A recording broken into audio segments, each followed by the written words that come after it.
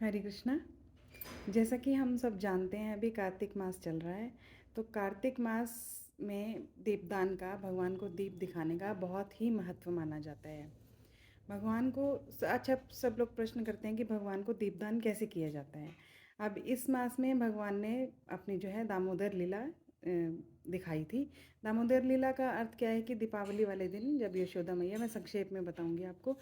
यशोदा मैया जब भगवान के लिए दही मथ कर मक्खन निकालने के लिए दही मथ रही थी, तो भगवान मैया के पास आए, यशोदा मैया के पास। उनको दूध पीने की इच्छा थी, तो उनको दूध पिलाने मैया जब दूध पिलाती हैं उनको, तो उनको जो ध्यान आता है कि उन्होंने चूल्हे पे दूध रखा है।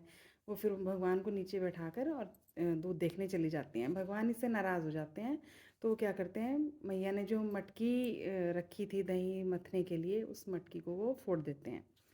मैया जब आकर देखती हैं यशोदा मैया की मटकी फोड़ी है कन्हैया ने, वो कन्हैया को आवाज़ लगाती हैं, कन्हैया कन्हैया आ जाओ, मैं तुम्हें कुछ नहीं कहूँगी। लेकिन वो मानते नहीं, वो आगे आगे भागते हैं, मैया उनके पीछे पीछे हैं। आखिरकार हार कर जब वो थक जाती हैं, तो भगवान उनके सामने आ जाते हैं और उनको वो पकड़ लेती हैं और वो उनको बोलती हैं, आज मैं तुम्हें उखल से बांधूंगी, रस्सी से बांधूंगी आज मैं तुम्हें। तो दामोदर लीला का अर्थ ही यही है कि दाम का अर्थ है कि रस्सी, उदर का मीन्स अर्थ है कि पेट।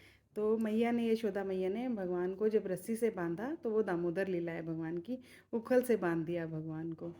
और वो उस लीला को हम लोग याद करते हैं इस माह में। और इसलिए हम भगवान को, जैसे मैया के स्नेह और प्रेम की रस्सी से भगवान बंधे हैं, ऐसे ही हम लोग भक्त लोग भी ये प्रयास करते हैं कि भगवान को बांधने का। तो भगवान को दीपदान दिखाते कैसे हैं? भगवान को हम दीपदान दिखाने के लिए शुद्ध घी का हम दिया जला लेते हैं और अपने हाथ वगैरह धोकर शुद्ध होकर हम भगवान के अर्चा विग्रह, अगर हमें हमारे पास यशोदा दामोदर भगवान की का विग्रह फ़ोटो है तो वो बहुत ही अच्छा है। अदरवाइज़ आप भगवान को विष्णु मंदिर में या भगवान श्री कृष्ण के, जगन्नाथ जी के विग्रह को आप दीपदान दिखा सकते हैं। आप दीपदान कैसे दिखाएंगे?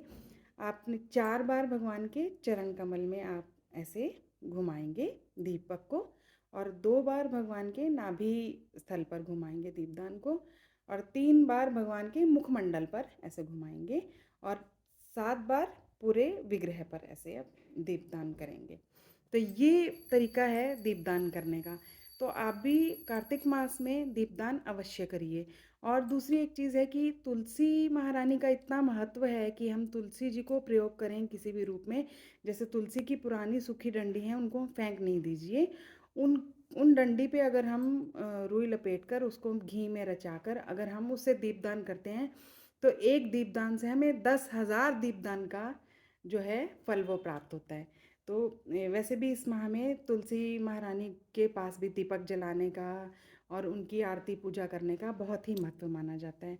तो मेरी आप सबसे प्रार्थना है कि जितने भी दिन आप, अगर अभी आपने स्टार्ट नहीं किया है दीपदान करना कार्तिक में, तो जितने भी दिन अभी दीप दान के पड़े हैं कि कार्तिक पूर्णिमा तक दीपदान रहे, ये पूर्णिमा तक कार्तिक मास रहेगा, तो आप उसमें उतना समय कम से कम हर रोज़ प्रतिदिन भगवान को दीपदान अवश्य करें। हरे कृष्णा। जगन्नाथ जी की कृपा आप सब पर और आपके परिवार पर बनी रहे।